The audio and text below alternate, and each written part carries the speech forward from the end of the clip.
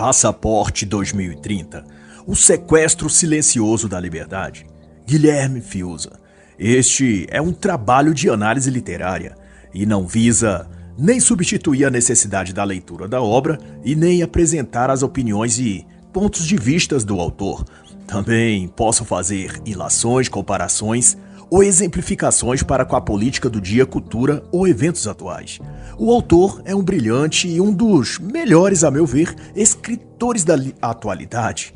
É também jornalista, comentarista político e de cultura e também compositor. Mas, sobretudo, é uma pessoa humana esclarecida, corajosa e com o espírito iluminado.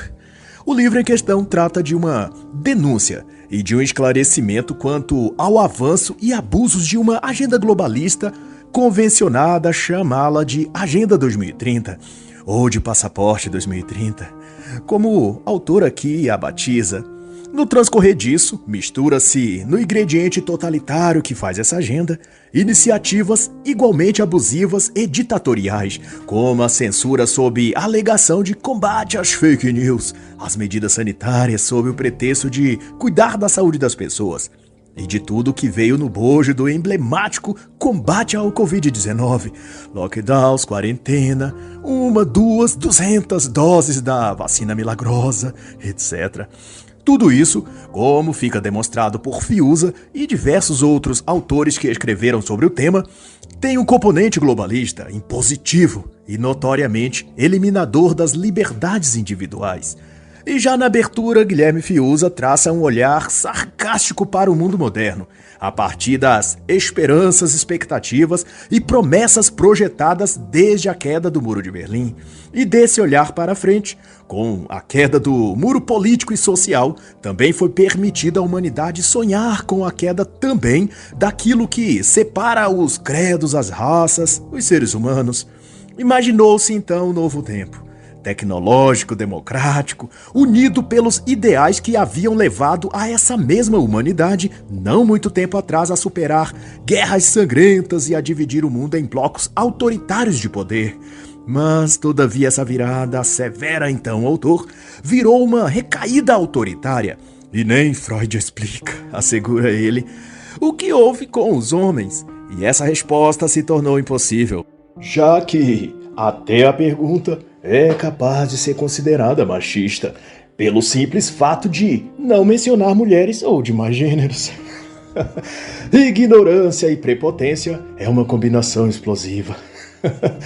E como o próprio autor também diz, sob a fantasia de ética, a idiotice viralizou e trouxe o clímax de uma salvação, ou salvacionismo cínico, em que basta apontar o dedo para quem quer que seja e dizer que ele está colocando vidas em risco ou que não está guardando as normas de segurança que a ONU, algum artista ou bilionário das Big Techs tenham dito que devemos seguir para não morrermos por um certo vírus. Mas como isso foi acontecer? Pergunta Fiuza. Onde estavam escondidos naquela caminhada para uma nova era de esperança e tal? Esse então cinismo e covardia que vemos agora, como o mundo se desviou daquele pretendido caminho de bem-estar e liberdade para adentrar numa epidemia de moralismo, egoísmo e de tara pelo controle. Todos, é claro, devidamente dissimulados e fantasiados de humanismo. De onde saiu a legião de tiranos enrustidos com suas variadas armadilhas autoritárias? Devidamente, também, é claro, pintadas de bondade e altruísmo. E como uma sociedade que se arrogava tão esclarecida e tudo mais, se sujeitou docilmente à dominação dos medíocres.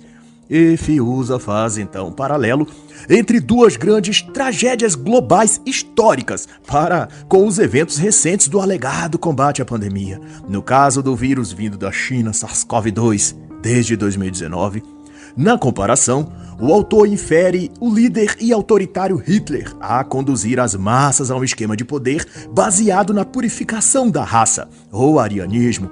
Mas no enredo que Fiuza aborda, esse líder poderia ser qualquer outro no Oriente ou Ocidente, no passado ou no presente, que tivesse, como ele diz, ousadia nas propostas e nas ações. e tivesse obstinação em conduzir a nação sem rodeios para o caminho da virtude. Virtude essa que se trata, na realidade, de uma versão qualquer de moralidade coletiva. E esse líder, que pode ter sido Hitler ou pode vir a ser qualquer um semelhante, encantou ou encanta devido ao seu projeto civilizatório, sempre apontando para a pureza e a felicidade. Mas, porém, como foi com Hitler, ou será com outro de viés e alma parecidos, os tais valores virtuosos dependiam da adesão coletiva e massificada da população. E para atingir esse fim, o líder abnegado tratou de calar os opositores e perseguir os que não se enquadravam ao projeto coletivo de busca da felicidade e da prosperidade.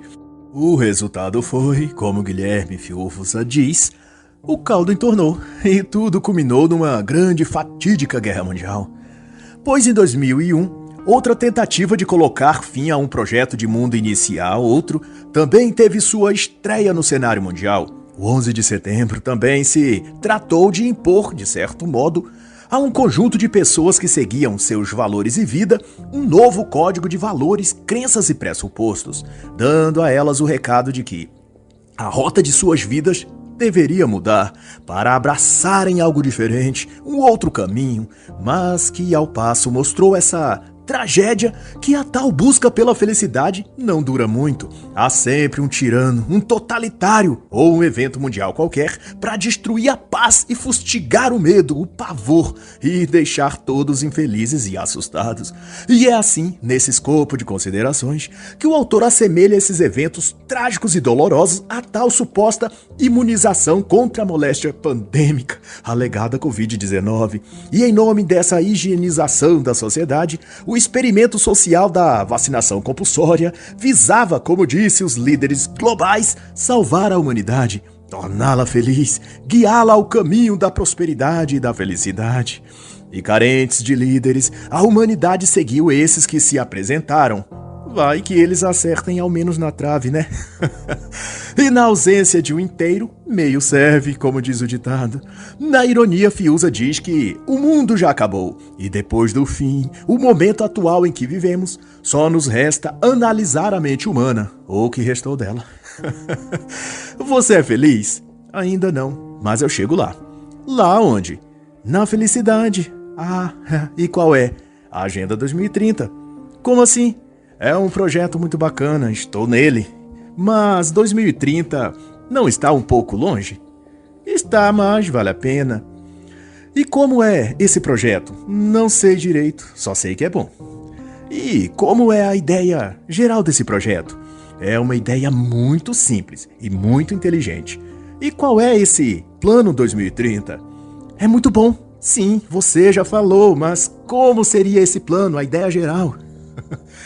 A ideia é que, em 2030, a gente seja feliz. Tá, tudo bem, vou embarcar nessa. Mas qual é mesmo a ideia dessa Agenda 2030? Vou responder. A ideia é que, em 2030, você não vai ter nada e vai ser feliz.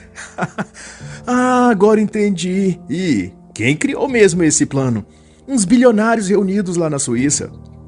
E eles também não vão ter nada em 2030?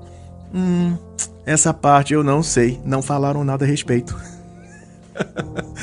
E formidavelmente Fiuza ironiza os pressupostos dessa tal Agenda 2030 da ONU e do Fórum Econômico Mundial e diz que a alquimia da modernidade profetizada na Agenda 2030 é potencializar a falta de potência e encher de presunção a mediocridade.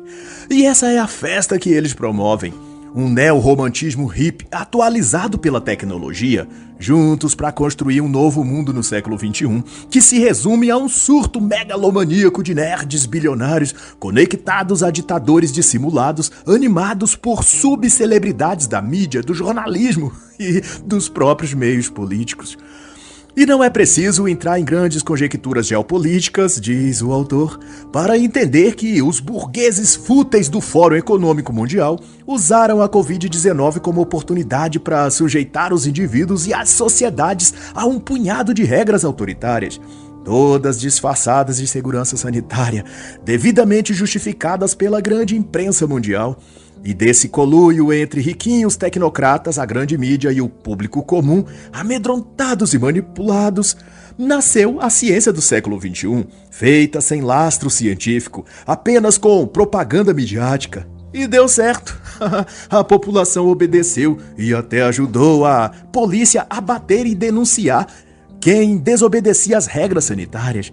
Todos aceitaram seu papel no circo da empatia de mentirinha. E por falar em circo, identificação, por favor. Aqui. Não vou poder liberar seu acesso. Por que não? Esse é meu cartão de vacina. Seu cartão está incompleto. Falta uma etapa da imunização. Deve haver algum engano. Está aqui, 2 doses mais o reforço.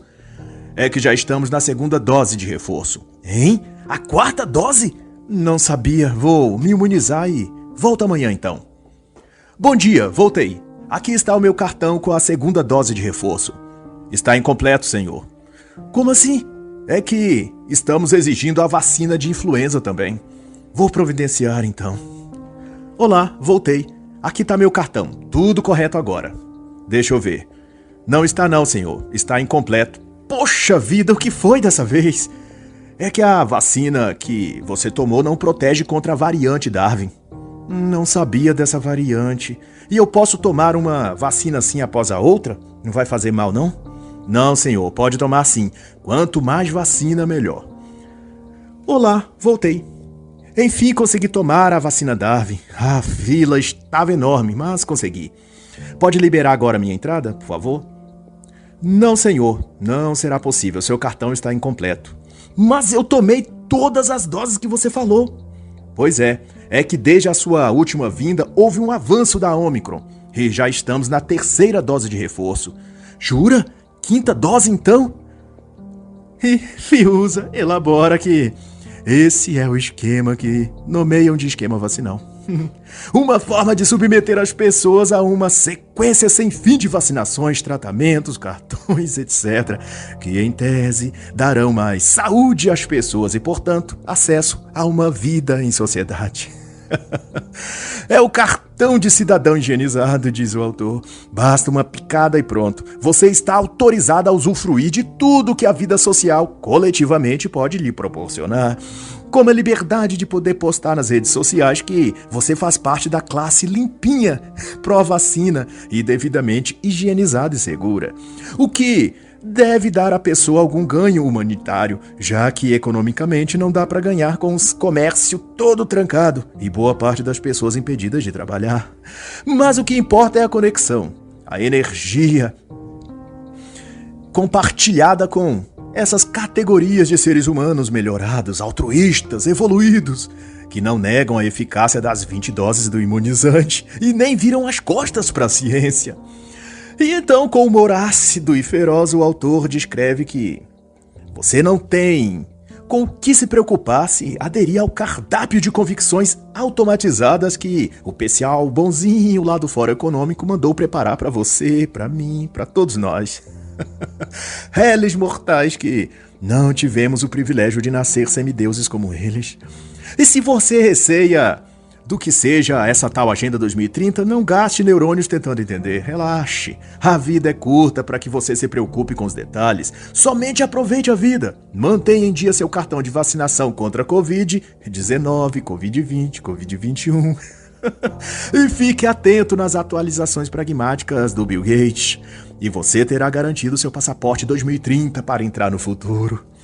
E no capítulo seguinte, Guilherme Fiuza ironiza a mídia. O tratamento insidioso que a grande imprensa dá aos fatos da realidade, tratando o real como ficção e a ficção como realidade.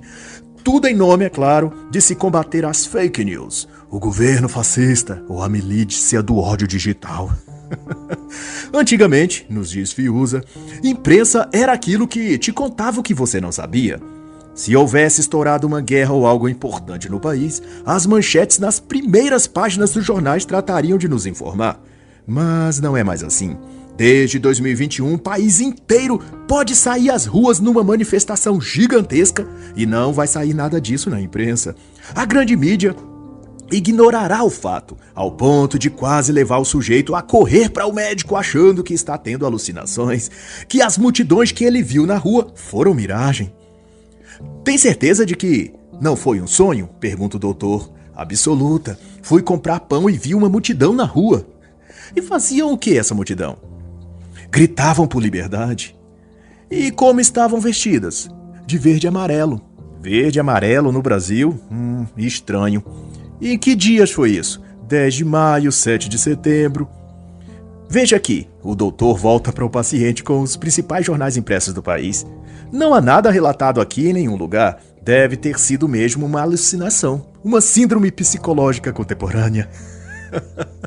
E assim o paciente sai do consultório convencido de que está doente. Mas mais do que isso, ele sai decidido que vai se submeter ao tratamento e se curar. E parte desse procedimento médico prescrito consiste em consumir altas doses de notícias da mídia oficial. Dá para começar com manchetes do UOL, a Folha, Estadão ou Rede Globo. Depois, pode se automedicar com algumas das pílulas que execráveis como Renan Calheiros ou Randolfo Rodrigues distribui por aí nas CPIs do circo no Senado. Para mais tarde, dá para tomar uma boa garrafada do chá do STF, feito com as clássicas ervas da mentira, de que são a única e verdadeira instituição que defende a democracia no país, contra as milícias bolsonaristas do ódio digital. Assim, e contra os negacionistas das urnas eletrônicas. Ao fim, seguindo essa receita, não há dúvidas de que o paciente será curado e poderá ingressar no consórcio da verdade das pessoas limpinhas e cheirosas, onde habitam aqueles que foram verificados pelas agências de checagem e declarados puros e nobres, e, portanto, os únicos confiáveis, os representantes do bem na luta contra o mal bolsonarista, negacionista, extremista, direitista. Em conclusão, é um transformismo intelectual para um Brasil de audiência. Durma com essa. E vamos de circo. A senhora não respondeu minha pergunta. E? Não me interrompa. Mas como é que eu vou... Cala a boca. Ou seria obrigado a tomar medidas duras contra a senhora. Por que não respondeu minha pergunta? A senhora tá surda? Já posso falar? Ah, tá debochando, né? Não, estou, só fiquei confusa com as regras. Tá mentindo, hein? Só disse que fiquei confusa. Não interessa o que disse. Como assim? Cala a boca. E pra ver o enredo completo do filme macabro A Médica e o Monstro, protagonizado por Renan, Randolph e Omar Aziz, leia o capítulo 3 completo deste livro. Ou compre o ingresso na bilheteria do Congresso para o próximo show desse trio de palhaços. Mas, para aqueles que não têm muito tempo para assistir a versão completa e estendida dessa cinedramaturgia de Brasília, Guilherme Fiuza disponibiliza um formato fast food nas páginas 70 e 71, na forma de um diálogo imaginário, em que situam Sérgio Moro e seu marqueteiro político durante sua filiação ao partido político e intenção de concorrer ao cargo de presidente do país. A conversa entre os dois é fictícia, e apesar de falar em Moro, pode bem representar qualquer outro político de igual estirpe, que nos últimos tempos parece até epidemia de catapora. Em toda esquina tem um... Dória, Witzel, Casagrande, Ibanez, ou até figuras internacionais como Biden, Trudeau, Boris Johnson, Macron. Mas o diálogo é o seguinte: o que eu falo? Não entendo nada desse assunto. Pergunta Moro ao seu agente de marketing, visivelmente tenso enquanto se dirigem de carro ao Congresso em Brasília. Relaxa, Moro, você vai tirar de letra, responde seu marqueteiro. Como eu posso ficar calmo? Você não me diz nada de concreto e ainda está recebendo uma fortuna para fazer comigo que se fez a Pinóquio. A vantagem, Moro, é que na política você pode mentir que o seu nariz não cresce. Não falei em mentir, falei em transformar boneco em gente. Sim, e é isso que vamos fazer. A não ser que você queira continuar sendo só um boneco. Não sou boneco, nunca fui. Sou ex-juiz, ex-ministro, ex-candidato ao STF e ex-Sérgio Moro. Mas foi o que eu disse, você renunciou a tudo para se transformar numa coisa que te disseram que é ótima e você ainda não sabe o que é. Então, por enquanto, você é um boneco zanzando por Brasília. Mas fica tranquilo, que eu vou te dar vida. Então me explica logo o que eu tenho de fazer. Já estamos chegando ao Senado e quando eu descer desse carro, vou ter de falar alguma coisa. Você vai falar o que o povo quer ouvir. Basta você ser uma mistura de Ciro Gomes com Marina Silva, botar um sotaque de PSOL, uma empáfia tucana e uma cara de justiceiro conservador. Aí vai dar tudo certo. E assim Sérgio Moro encarnou o personagem com grande talento. Parecia uma hidra com 1000 caras e cabeças diferentes. Cada hora parecia uma coisa diferente. Como se fosse uma mistura de todos os presidenciáveis ao mesmo tempo. Mas o mais impressionante é que a mídia gostou. Aquela mesma velha e podre imprensa que, meses antes, queria a cabeça de Sérgio Moro, quando ele falava pouco e agia mais. Naquela versão de juiz federal que até o fez parecer um homem sério e inteligente. Mas o prêmio é para esse papel de agora, uma interpretação brilhante e irretocável, digna do Oscar, em que o mesmo boneco consegue ao mesmo tempo parecer tudo e não ser nada, e ainda assim parecer um gênio aos olhos apaixonados da putrefata imprensa, que abana o rabo para qualquer cachorro louco que desfile por Brasília latindo contra o governo Bolsonaro. Au, au, fora Bolsonaro! E assim é o fim da história. Da história de um boneco de carne e osso que embarcou no trenzinho globalista rumo a 2030 e se perdeu no caminho. E no capítulo 5 o assunto será o esquema, o grande esquema mundial que o autor resume na seguinte expressão: o esquema de parar o mundo. E foi sob esse prelúdio que pessoas humanitárias e empáticas, a maioria políticos e artistas, fotografaram seus isolamentos éticos em suas casas de luxo, sítios e cobertura espaçosa em resorts de luxo, incentivando os demais humanos da Terra a também aderir ao novo padrão de empatia moderno, o isolamento social.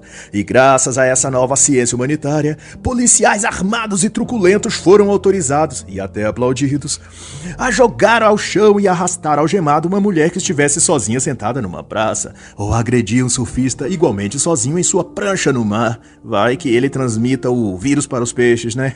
E acaba criando uma crise alimentar na piscicultura. Mas o que importa, ao final, é sinalizar a virtude. É aparecer na foto de máscara e kit higiene social. Se rolar um queijinho e um vinho importado, também vai bem, obrigado. Mas não esqueça de colocar a máscara depois que acabar de comer ou de beber. O vírus é educado, mas não é trouxa. Ele até que espera você terminar seu lanchinho, mas não é bobo de deixar você circulando por aí sem a devida cobertura na boca e na face. Se você demora, ele te pega, hein? Então foi assim. Além do pano cobrir na face, você se mantém também distante das pessoas e depois inocula todas as doses que forem possíveis da substância que protege do perigo. De acordo com a nova ciência, quem não se inocular está colocando vidas em risco. Mas o problema é que, embora o perigo do tal vírus não se revelou fatal para a maioria das pessoas, não seria suficiente, de acordo com as bondosas, amáveis e conscientes autoridades políticas, que apenas os que desejassem se proteger com a substância inoculável assim o fizessem. Não, escreve Fiuza, não pode ser assim porque os não inoculados são um perigo para os inoculados, mas a substância não protege os inoculados contra o perigo. Vai pontuar em tom satírico, Guilherme Fiuza. É que apareceram inoculados infectados, responderá alguém. Mas se os inoculados podem se infectar também, podem transmitir. Logo, qual o sentido de obrigar a inoculação de todos? Cala a boca, estende logo o braço. Tome a picada, pegue seu passaporte 2030 e espere em casa as próximas doses de reforço. E as do reforço do reforço. E também o reforço do reforço do reforço. E não esqueça de continuar mantendo as medidas sanitárias de proteção, a máscara, o álcool gel, o distanciamento. E assim, com a nova ciência, a ética e a empatia, o mundo segue para um limpinho e seguro novo normal. Ufa! O que seria de nós sem os virtuosos iluminados que disponibilizaram a salvação para todos nós, né? E fizeram um trabalho tão bom que desta vez ninguém precisou ser dependurado numa cruz de madeira, nem ter seu sangue esvaindo gota a gota. Agora a salvação veio diluída, pronta e em frasco. Basta colocá-la numa seringa e injetar no braço. E ele está apto a herdar o reino de Klaus Schwab e morar no paraíso do grande Reset. Uma cortesia do Fórum Econômico Mundial.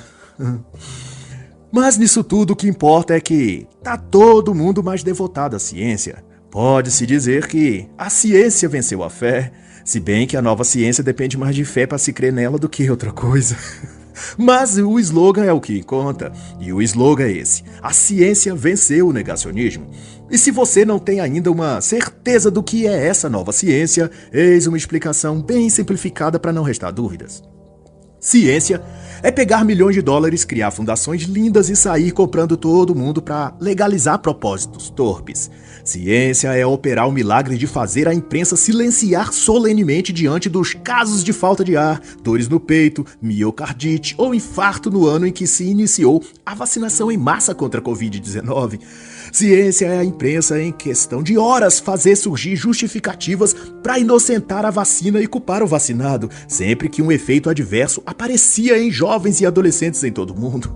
Ciência é decidir que uma vacina feita às pressas proporciona mais proteção que a imunidade natural do ser humano. Ciência é condicionar a vida em sociedade à apresentação de um passaporte sanitário, ainda que com o esquema vacinal completo, essa pessoa pode mesmo assim contrair o vírus e transmiti-lo. Bom, se você quer mais sobre o que é ciência, leia as páginas 82 e 83. O autor descreve mais algumas coisinhas sobre o que é ciência da modernidade. E sobre a apoteose dos tolos, o personagem é o Manezinho, que se não tomarmos cuidado, pode ser eu ou você.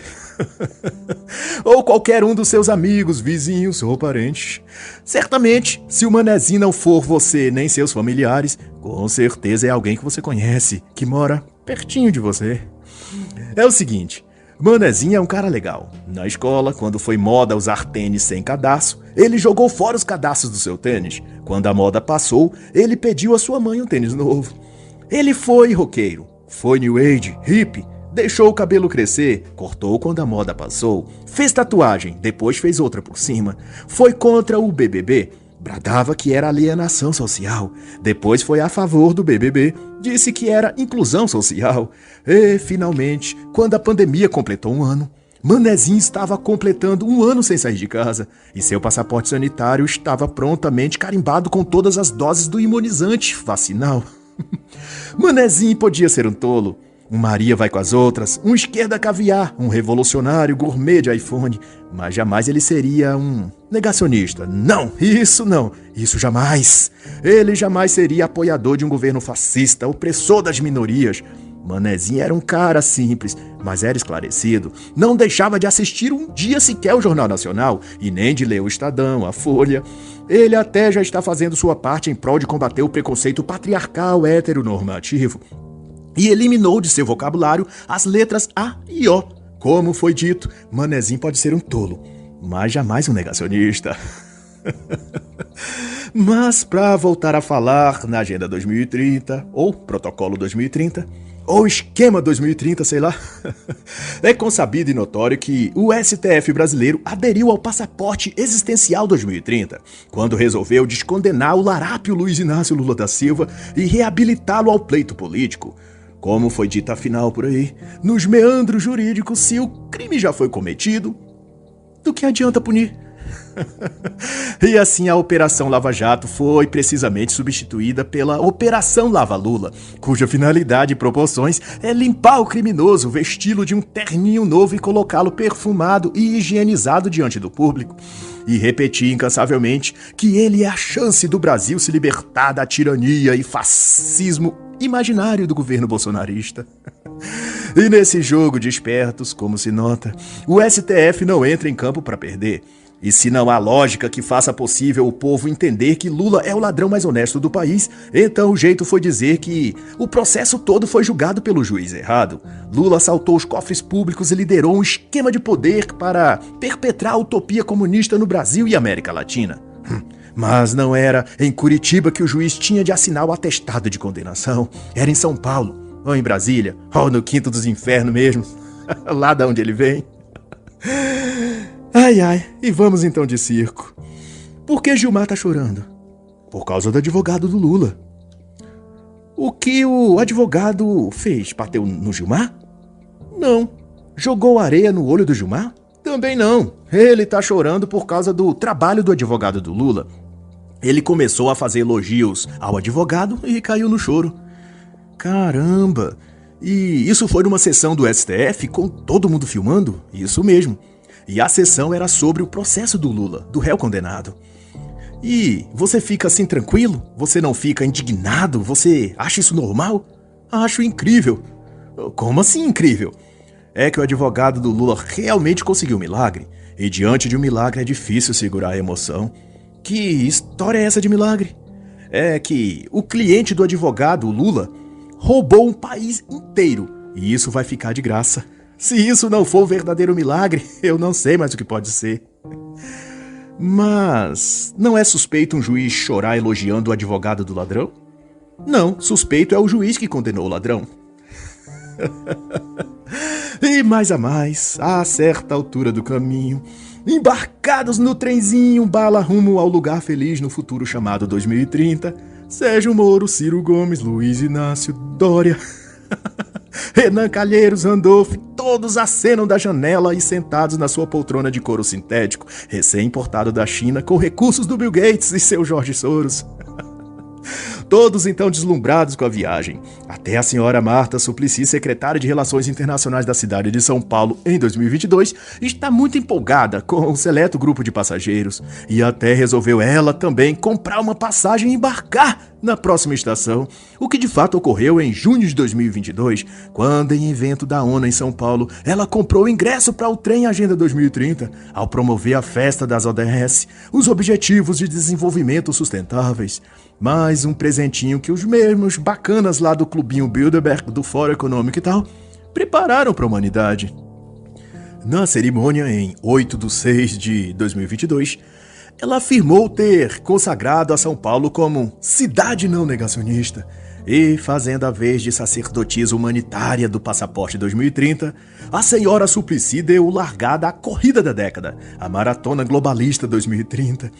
O time do TSE já tá dentro, o STF também. Uns políticos lá de Brasília já estão com o ingresso na mão. Você vai querer perder essa. Então, circo, tem outro episódio. Você viu as últimas pesquisas? Sim, eu vi. O favorito tá disparado na frente. E o que você acha disso? Acho que nem devia ter eleições. Por mim, entregaria tudo logo pra ele. Olhando por esse lado, ele já morou lá, né? E sabe direitinho onde fica tudo, principalmente o cofre. E sobre a urna auditável com o comprovante impresso, o que você acha disso? Cala a boca, não toque nesse assunto ou vamos ser convocados pra CPI. E no estalar dos chicotes, no Rio Grande do Sul, em São Paulo ou outra capital pertinho de você, governadores tarados por trancar tudo, fecharam comércios, praias, shoppings, empresas e mandaram todo mundo esperar em casa o vírus passar. O problema é que ninguém podia andar de Uber e os ônibus estavam lotados. Daí o vírus veio passando a pé mesmo, de carona com o vento, bem devagarinho. Mas a boa notícia, ou pelo menos nos disseram que era boa, é que logo ia passar. Assim que a economia quebrar e o governo fascista imaginário não ter mais qualquer chance de se reeleger para 2023. O mais saudável enquanto isso era essa recomendação de qualquer especialista que você visse na TV. Era ficar em casa, usar máscara, higienizar as mãos com álcool gel e curtir uma live sertaneja, ou de Anitta, na internet. Ou você podia também assistir uma versão digital da festa de São João no Nordeste, opções não faltaram. O negócio é eliminar a ameaça fascista, e nisso os artistas da Globo estão empenhados. Não precisa se preocupar, ou ele cai ou o Brasil para, nem que pare no fundo do poço. Mas para. Afinal, é para isso que servem os jornalistas, os analistas, os colunistas, os comentaristas. Para garantir que ao final dessa guerra dos espetáculos circenses da velha mídia, nada sobre de pé, nem seu emprego, nem sua renda, nem sua saúde mental. Tanta ternura assim só podia ter surgido primeiro de uma ditadura chinesa. A ONU tem muito o que aprender com a China. Acredita que essa agência internacional quase perdeu o bonde para 2030? Chegou até a declarar que as máscaras e lockdowns não serviam para nada. Imagine, um ano tentando falir a economia global e ela quase estraga tudo. Ainda bem que tinha o Dr. Fauci lá nos States e o Sleep Giant aqui no Brasil, para garantir que todos iam continuar seguindo os protocolos sanitários obrigatórios e ineficazes globais. Isso mesmo, a democracia do STF venceu. Qualquer dúvida, basta perguntar ao homem de shortinho se bronzeando no Hotel Carioca quando São Paulo estava toda fechada. E ele vai te dizer: ouça a ciência, salve vidas, fique em casa, tome a vacina e fora Bolsonaro! Assim, meu amigo, tome posse do seu lockdown mental. Tire seu passaporte para 2030 e faça uma boa viagem. E dê lembrança a todos os globalistas, aos comunistas, aos satanistas, que você encontrar por lá. E assim encerra a análise da obra Passaporte 2030, o sequestro silencioso da liberdade, de Guilherme Fiuza.